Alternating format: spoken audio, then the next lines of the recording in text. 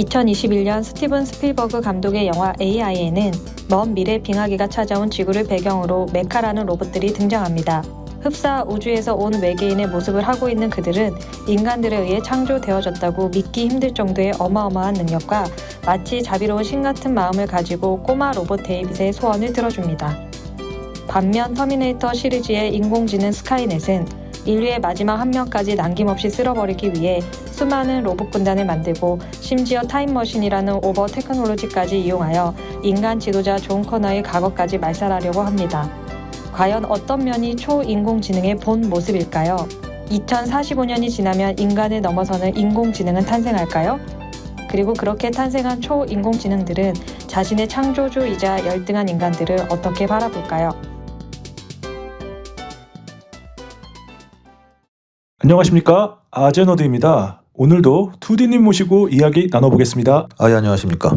자, 저번 시간에도 말씀하셨듯이 나노, 유전자, 로봇 등 이런 기술들의 혁명적 발전도 중요하겠지만 결국 기술적 특이점은 인간을 뛰어넘는 인공지능, 또 그 인공지능이 창조할 초지능, 그 초지능이 발전시킬 예측할 수 없는 발전된 미래, 결국 이게 핵심 아니겠습니까? 예, 그렇습니다. 그 특이점은 인간 지능을 능가하는 인공지능이 개발되는 시점에서 시작하고요. 네. 그때 이것으로 일어날 지능 확장과 폭발을 이야기하는 것이거든요.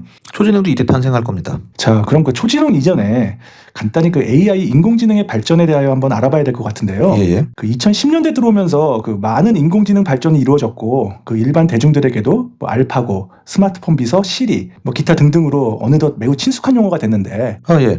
특히 절대 인간을 따라잡지 못할 것이라고 생각했던 바둑에서 2016년 구글 딥마인드의 알파고가 승리하지 않았습니까? 그렇죠. 당시 엄청 충격이었죠. 네. 그때 수많은 언론에서 인간의 지능에 가까운 인공지능 시대의 도래를 언급하고 많은 사람들도 기대하고 그랬던 촉매제 같은 사건이었습니다. 그렇죠. 알파고 때 당시 열풍은 대단했죠. 대단했죠. 뉴스를 보면 진짜 인공지능 시대가 당장이라도 올 것 같았는데 예. 현실은 5년이 지난 2021년 지금도 별 진전은 없어 보여요.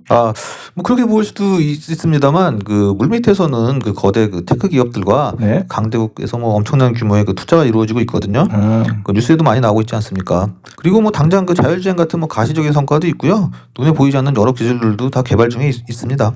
그럼 보통 인공지능 뉴스나 이런 데 보면 AGI, 즉 Artificial General Intelligence라고 일반 인공지능으로 해석해야 되나요? 예. 이걸 많이 이야기하던데 이게 보통 일반 인공지능 이렇게 보니 중간 기능의 인공지능 이런 말이 되나요? 그건 아닙니다. 저기서 제너럴 이런 단어 때문에 이게 일반이니까 그렇게 오해하실 수 있는데 네. AGI는 오히려 강 인공지능을 말하는 겁니다. 스트롱 AI에도 가깝다고 할 수 있죠. 그럼 약 인공지능도 있나요? 위크 AI 이런 식인가요?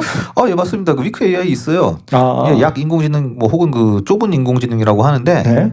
주로 이제 한 가지의 특화된 능력을 가진 AI에 주로 적용하는 겁니다. 네. 예를 들어 알파고나 자율주행 자동차에 들어가는 AI 이런 것들은 해당 기능에만 충실하지요. 네, 그렇죠. 네, 지금 우리가 쓰는 대부분 인공지능들은 이 수준에 있다고 보시면 되고요. 네. 딥러닝 기술과 이제 빅데이터 그리고 또 인간의 뇌 연구가 합쳐져서 인간 수준의 인공지능, 즉 일반 인공지능. 네. 그래서 일반 인공지능입니다. 그렇군요. 예, 이쪽을 목표로 인공지능 연구가 활발히 진행되고 있다고 보시면 됩니다. AGI, 즉 일반 인공지능을 그쪽을 향해서 가고 있다. 제가 알기로 레이 커즈와일은 2020년대 후반, 한 2029년 정도면 튜링 테스트를 대부분 통과하는 그런 인공지능들의 등장을 예고하고 있는데, 그럼 정말 이 예측이 맞다면은 튜링 테스트를 통과한 모든 AI는 앞서 말한 일반 인공지능 그 정도 수준이 되는 건가요? 그건 전 아니라고 좀 봅니다. 일단 튜링 테스트가 네네. 1950년대에 앨런 튜링 박사가 이제 기계 지능이 있는지 없는지를 이제 판별하기 위해 제안한 테스트 일종이거든요. 네. 근데 이게 발표된 지도 이제 매우 오래되었는데다가 과연 테스트를 통과했다고 지능을 가졌다고 할 수 있느냐는 좀 무리가 있다고 보는 시각들도 있거든요. 알겠습니다. 그럼 2029년쯤 레이 커즈와일이 등장한다고 주장하는 일반 인공지능 AGI 도대체 어느 정도의 능력을 갖고 있는 건가요? 영화에서 많이들 보셨을 인간과 비슷한 능력의 인조인간들, 로봇들 이런 거 있지 않습니까? 그렇죠. 예를 들어 프로메테우스에 나오는 데이빗이나 네. 영화 또 에일리언 2에 나오는 비샵. 대체로 인간이 하는 사고나 창조적인 능력을 가지고 있는 정확하게 어떤 예시와 딱 맞아떨어지지는 않겠지만 대체로 인간과 같은 지적 능력을 이해하고 학습하는 기능을 가지고 있는 것을 일반 인공지능 AGI라고 부르고 있습니다. 인간 수준의 지적 능력을 가지고 있고 창조하고 이해, 학습할 수 있어야 한다. 그렇죠.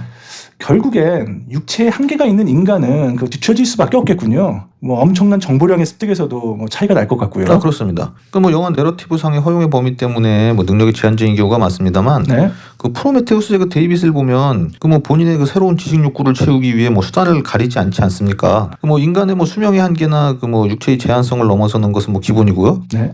그럼 아직 뭐 저 프로메테우스 시리즈의 결말을 알 수 없습니다만 뭐 데이빗의 궁극적인 목적은 뭐 신에 가까운 뭐 초지능이 되고자 하는 거 아니겠습니까? 그 완벽한 생명체를 탄생시킴으로써 말이죠. 저런 그 SF에 나오는 캐릭터와 현실의 초지능이 비교된다는 게 좀 이상한데. 아니 뭐 초지능이 뭐 지금 그 이런 간단한 개념 정도로만 존재하는 거지 뭐 이게 그럼 지금 현실에 있습니까? 그건 아니죠. 예, 다들 그 능력의 한계나 이제 발전 과정은 전문가들마다 다 생각이 달라요. 그 사실상 뭐 사이언스 픽션의 영역이라고 보시면 됩니다. 좋습니다. 그 초지능 역시 이것도 완전 몰입 가상현실처럼 공상과학의 영역이라 그 말씀이죠? 아, 그렇죠. 뭐 현재 뭐 과학 기술을 바탕으로 뭐 대략의 예측과 뭐 시기의 유추는 가능하겠지만 뭐 어떠한 수준의 초지능이 나타날지 뭐 그 초지능이 또 어떤 정도의 능력을 가지고 있을지는 뭐 저명한 전문가들도 뭐 다 생각들이 달라요. 아, 뭐 레이 커즈와일이나 뭐 딕 보스트롬이나 뭐 맥스 태그마크 등 뭐 초지능의 등장을 뭐 예측하는 뭐 저명 인사들도요.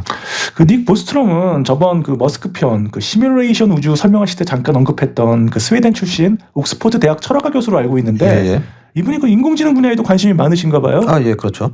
그 2014년 말 그들은 그 초지능, 그러니까 슈퍼 인텔리전스라는 책을 써가지고 꽤 그 좋은 평가를 받았는데요. 그 아까 말씀드린 일반 AGI의 등장으로 인한 그 초지능 탄생의 필연성과 그 거기에 따라 또 위험성을 이 책에 저술을 했거든요. 국내도 출간된 책입니다. 아, 그렇군요. 그럼 그 맥스 태그마크 이분은 그 물리학자로 알고 있는데. 아, 예, 맞습니다. 그 이분도 스웨덴계 미국인이고요. 그 MIT 교수입니다. 그 미래생명연구소 회장이기도 하고요. 네. 그 물리학자가 또 뭐 메인 타이틀인 것도 맞고요.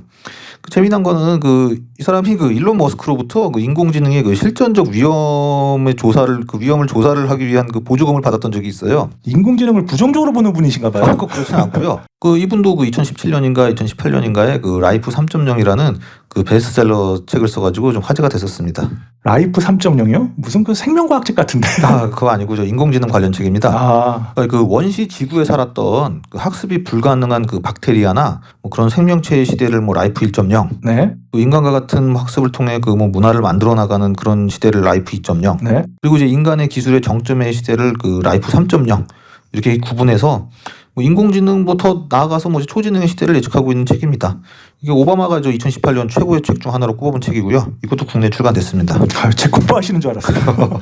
아무튼 그 천체 물리학자가 왜 그 인공지능에 관심을 이렇게 갖나요? 아, 요즘은 뭐 이런 쪽에 다 관심들이 많아서 뭐 일단 우주 물리학자답게 그 책의 종반부에 가면 그 초지능이 뭐 거의 은하계를 넘어 뭐 우주를 지배하는 뭐 이런 예측을 뭐 그 본인의 전공을 살려가지고 막 흥미롭게 이야기하고 있거든요. 아, 그래서 그 최근 그 천체 물리학자들도 인공지능 예측을 많이들 하시는 것 같긴 해요. 아, 그렇습니다. 그 뭐 유명한 그 영국 왕립학회 회장을 뭐 역임하신 뭐 저명한 물리학자 마틴 리스옹이라든지 네. 뭐 저번에 돌아가신 뭐 스티븐 호킹도 그 인공지능에 대한 그 강한 경고를 하시지 않으셨습니까?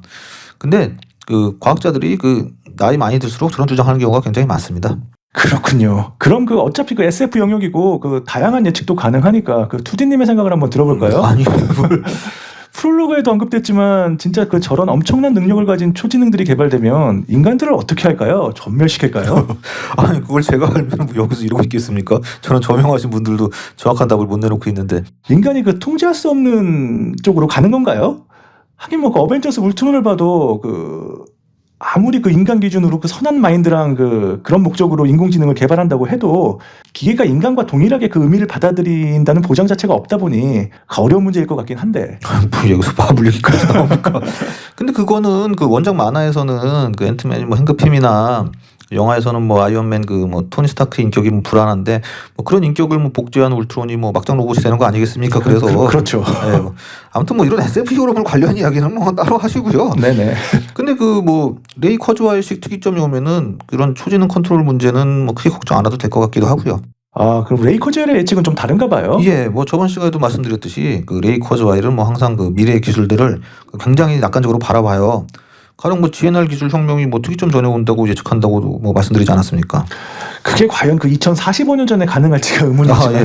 그 가령 거기 GNR의 그 유전자 기술 혁명 뭐 그게 뭐 인간의 유전병 치료나 뭐 DNA 분석을 통한 뭐 맞춤형 암 치료 등 뭐 이런 게 정말 이루어지면 뭐 인간의 수명이 대폭적으로 늘어나겠죠. 그리고 정말 뭐 이 기술 자체가 혁명적이라면 뭐 그 인간의 신체 강화들도 이루어질 수 있고요. 뭐 캡틴 아메리카 다 되는 거 아닙니까? 저는 이게 그 차라리 그 기계지능 특이점보다 인간에게 훨씬 이득될 것 같은데. 뭐 그렇게 생각할 수는 있죠. 거기다 그 DNR의 그 N 나노 기술 혁명 네. 이게 사실 뭐 좀 제일 어려워 보이긴 하는데 특이점이 온다 책에 나오는 것처럼 뭐 그렇게만 된다면요 뭐 무궁무진하게 인간의 영역이나 뭐 능력을 증폭시킬 수 있게 하겠죠. 뭐 아무튼 뭐 그 다음이 또 이제 그 DNR의 그 R 로봇 기술 혁명인데 네. 이게 결국은 뭐 초지능이랑도 연관성이 있겠지만 뭐 그 전에 인간과의 연결성을 높여주는 뭐 가령 더 발달한 뭐 뉴럴링크처럼 뭐 인간의 뇌랑 뭐 융합해서 마인드 업로딩 같은 거 개발하고 뭐 트랜스 휴머니즘 추종자들이 뭐 좋아할 만한 뭐 기계와 육체의 결합 같은 뭐 이런 게 나온다고 뭐 주장하는 거죠. 결국은 그 저런 GNR 기술들과 같이 동반하면서 인공지능 기술이 도약하는 거 예, 아니겠습니까? 그렇죠. 그러니까 커즈와일 예측처럼 뭐 이런 것들이 그 AGI 일반 인공지능 개발 전에 다 이루어진다면 뭐 인류가 그 초지능의 컨트롤 문제에서 뭐 긍정적인 답변을 얻을 수 있다고 생각할 수도 있는 거죠. 그래서 그 일론 머스크도 그 인공지능의 위협에 맞서기 위해서 뭐 인간의 뇌를 증폭시킨다는 등 뭐 신체 개조가 필요할 수 있다는 등 그런 이야기를 하는 것 같아요. 뭐 단순히 그 뉴럴링크 홍보하기 위해서 하는 소리인 줄 알았더니 아닌가 봐요. 아니 뭐 테슬라 인공지능 회사라면서 그럼 뭐 본인이 인류를 위협하는 회사 운영하는 겁니까? 뭐 별. 그러네요. 그런데 그 문제는 레이 커즈와일이 예측한 2045년 전에 이런 기술 혁명들이 과연 이루어질까요? 그게 결국 핵심 아니겠습니까? 아니 뭐 이제 뭐 물론 인공지능 전문가들 뭐 절반 이상이 뭐 금세기 안에는 뭐 인간 수준의 일반 인공지능이 완성될 것 같다. 뭐 이런 기사를 본 적은 있긴 한데요. 그 GNR 혁명만큼 뭐 인간 수준의 뭐 인공지능도 이게 뭐 그렇게 쉬운 건 사실 아니거든요. 네. 그러니까 뭐 어느 것이 뭐 먼저 개발된다고 예측하기는 뭐 현재로서는 쉽지 않습니다. 아무튼 그 레이 커즈와일의 예측이 점점 빨라지고 있다고 계속 그 말씀드렸었는데. 그렇죠. 그 사실 그 레이 커즈와일의 미래 예측의 핵심을 그 기술 가속의 법칙에 두고 있는데 네. 이게 뭐 인류의 긴 과학사를 봤을 때는 그 직선이나 뭐 기하급수적이지 않다는 의견도 많거든요. 그러니까 인간의 미래 예측이라는 게 그 물리학 법칙처럼 뭐 정확하지도 않고요. 재생에 한번 그 특이점 보고 싶은데 아무런 말씀만 계속 하시네요. 아니 뭐 그거야. 그 뭐 혹시 복잡성 브레이크라는 말 뭐 들어보셨습니까? 처음 듣는 말입니다. 예, 이게 그 마이크로소프트의 공동 창업자 그 폴 앨런이 한 말인데, 폴 앨런이요. 예, 이게 그 과학과 기술의 성장이 그 모두 기하급수적인 건 아니고, 네. 때때로 돌파구는 그 이전으로 돌아가서 뭐 수정하는 것을 의미한다, 뭐 이런 뜻인데, 그러니까 한마디로 말해 기술 발전은 뭐 항상 그 직선적 발전만 하는 건 아니고 정치기도 반드시 온다는 거거든요. 그 사실 아까 말했듯이 그 나노 기술도 그 커즈와일 예측처럼 뭐 생각만큼 발전되지 않았고요. 그렇죠. 또 이제 커즈와일 주장의 근거 핵심 중 하나였던 그 무의 법칙이 있지 않습니까? 네네. 또 CPU가 뭐 2년에 2배씩 뭐 좋아진다는. 네네. 그것도 이미 깨진 지 꽤 되지 않았습니까? 복잡성 브레이크가 오지 않았으면 좋겠는데. 그러니까 더욱이 또 이제 레이 커즈와일은 그 영양제를 이용한 지금 뭐 불멸 칵테일 뭐 즐기고 계시는데. 불멸 칵테일이요. 예, 수명 연장하시려고. 근데 과학적으로 이제 검증되지도 않았으면 이게 또 주로 비타민을 다량 섭취하면 건강을 증진한다는 그 잘못된 개념에 기반을 두고 있거든요. 그래서 이게 사이비과학 신봉한다고 말도 많았습니다. 그래서 그런가요? 그 요즘 커즈와일이 2045년 이후 예측한 내용들, 즉 특이점 이후의 시대를 예측한 것이 여러 구설수가 있던데. 예. 그 레이 커즈와일의 그 미래 예측을 다룬 그 2017년 그 인버스라는 잡지 기사를 보면은요. 네. 거기에 나온 내용도 2021년도에 보면은 크게 바뀐 건 없어요. 제가 지금 보고 있는데 그 뭐 유비쿼터스 액세스, 소행성은 우리를 피해간다. 뭐 집에서 VR 즐기기, 뭐 질병 극복의 시대, 뭐 현실 같은 가상현실, 컴퓨터의 인간 추월, 뭐 여기까지는 저희가 다룬 내용도 많고 그러려니 하겠는데 인간은 기계가 된다. 지구는 컴퓨터가 된다.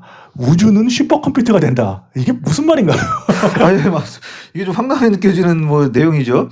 이게 뭐 문제는 이게 또 과학계는 이제 우주는 슈퍼컴퓨터가 된다고 믿는 분들이 굉장히 많아요. 많아요. 굉장히 많습니다.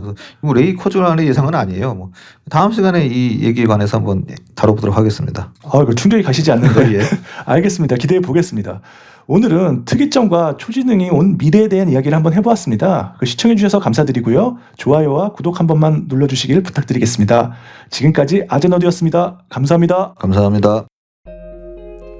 자, 영상 유익하게 감상하셨는지요? 다음 시간에 더 재미있고 유익한 영상으로 찾아뵐 것을 약속드리며 좋아요와 구독 부탁드리겠습니다.